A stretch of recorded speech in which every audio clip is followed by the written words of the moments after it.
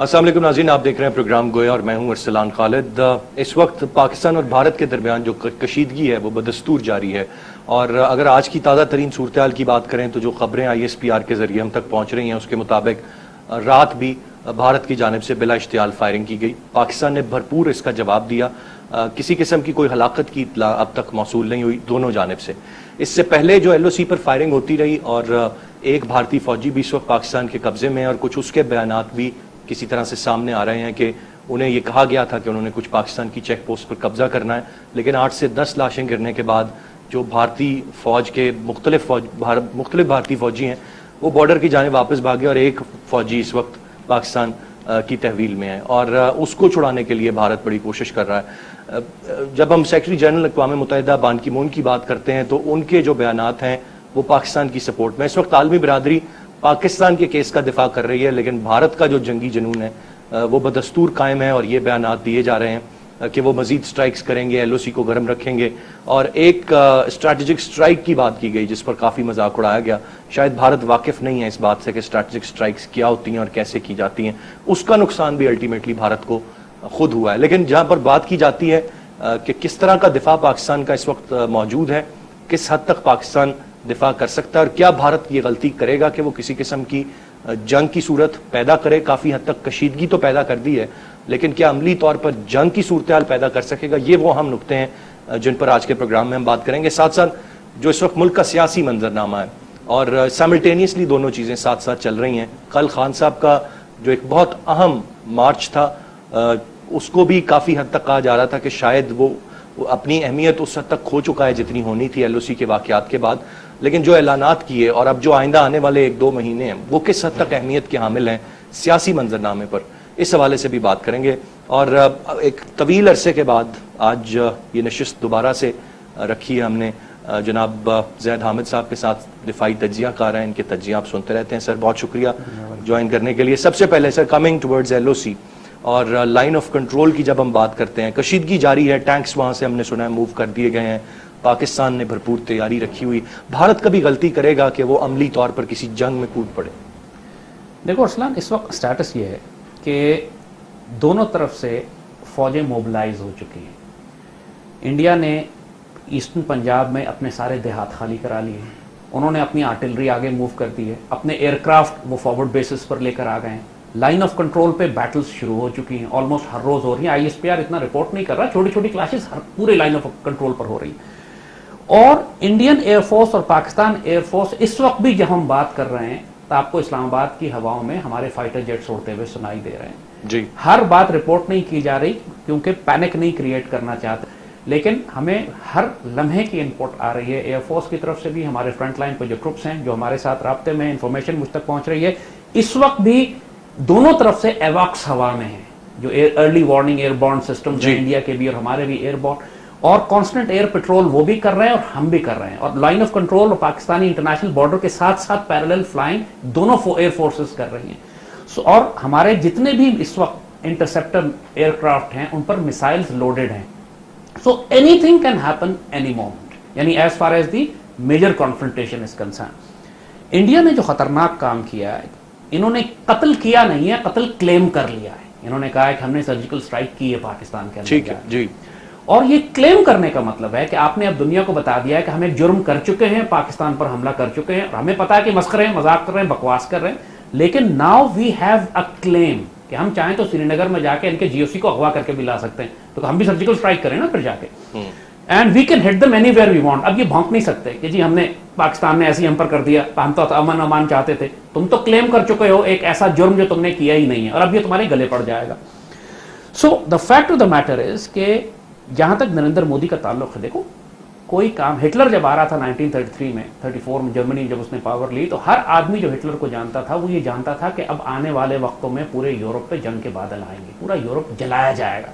ایک fascist ideology تھی، اور جو لوگ ہمیں پرانا سنتے ہیں، نریندر مودی کے الیکشن میں آنے سے بھی سال پہلے ہم نے یہ کہہ دیا تھا کہ ایک درندہ، ایک فیشسٹ، ایک زائنسٹ پاور میں آ رہا ہے، پوری سکیم بن چکی ہے، ہی از کمنگ ٹو پاور، اور اس کی ریکوائرمنٹ ہے۔ پچھلے 90 سال سے RSS جب سے بنی ہے، ان کی خواہش ہے کہ انہوں نے مہا بھارتا، اکھنڈ بھارت بنانا ہے،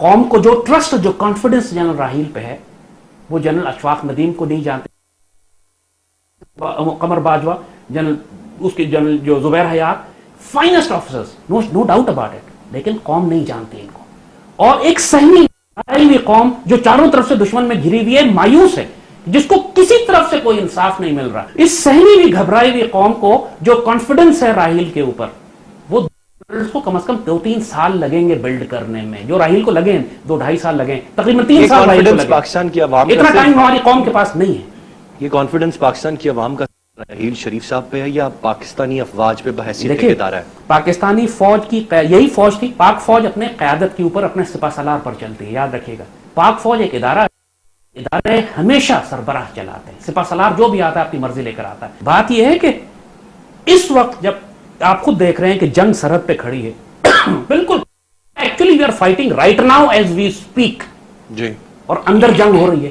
اور پھر جنرل راحیل نے کیا کیا ہے, دیکھیں ایک شکایت جو مجھے جنرل راحیل سے, آپ نے بھیڑوں کے چھتوں کو لیا ہے, سانپوں کو سارے بلوں سے باہر نکال لیا, لیکن سانپوں کو ختم نہیں کیا. اور یہ سارے زہریلے سانپ اس وقت بپھرے ہوئے ہیں, سانپوں کے سر نہیں کچلے گئے. آپ ضرور جائیں, ایگری, لیکن what I'm saying is اگر قانون کو سختی سے نافذ کیا جائے تو یہ سارے مقدمات 1 مہینے میں فیصلہ ہو سکتا ہے. General Raheel all these issues and then hand over the army to somebody else and go. ان مقدمات کو ختم کیے بغیر اگر یہ گئے, ملک کا بھی بیڑا غرق, اپنے آپ کو بھی رسوا کریں گے. میں صاف جنرل مشرف کے ساتھ میں آمنے سامنے بیٹھا تھا جیسے آپ اور میں بیٹھے 2004 میں, when he was a military dictator جسے آپ کہتے ہیں, بڑا اسٹرانگ پریزیڈنٹ تھا. اس وقت ہم نے جنرل مشرف سے کہا تھا آپ کے خلاف مقدمے بنیں گے, سازشیں بن رہی ہیں, کچھ عرصے میں آپ کو ہٹانے کی تحریک چلے گی اور آپ آخر میں مقدمے ہوں گے. And he could not believe it. 2007 میں ان کو نکال دیا گیا, ایک سازش امریکن CIA کی سازش تھی, ان کو ہٹایا گیا وہاں سے, اور اس کے بعد جو حشر ہے وہ آپ کے سامنے ہے, ریسٹ از ہسٹری. اب یہی بات ہم آپ کو جنرل راحیل کے بارے میں بتا رہے ہیں. اس وقت پاکستان کا محافظ اللہ نے راحیل کو بنایا. یہ بہت زہریلے سانپ ہیں, ان کو چھوڑ دیا یہ بیڑا غرق کر دیں گے امت رسول کا بھی اور پاکستان کا بھی اور آپ کا بھی. جنرل راحیل کو ہم صاف کہہ رہے ہیں, آپ نہیں جا سکتے جب تک کام ختم نہ کریں. سانپوں کو ختم کریں, امت محفوظ کریں, پھر جہاں مرضی جائیں. ایک بریک کی جانب بڑھنا ہے مجھے. ناظرین, گفتگو کا سلسلہ جاری ہے اور اس بریک سے جب ہم واپس آئیں گے مزید کچھ عام ایشوز ہیں جن پر بات کریں گے. جناب زید حامد صاحب ہمارے ساتھ موجود ہیں, بات رہیے گا.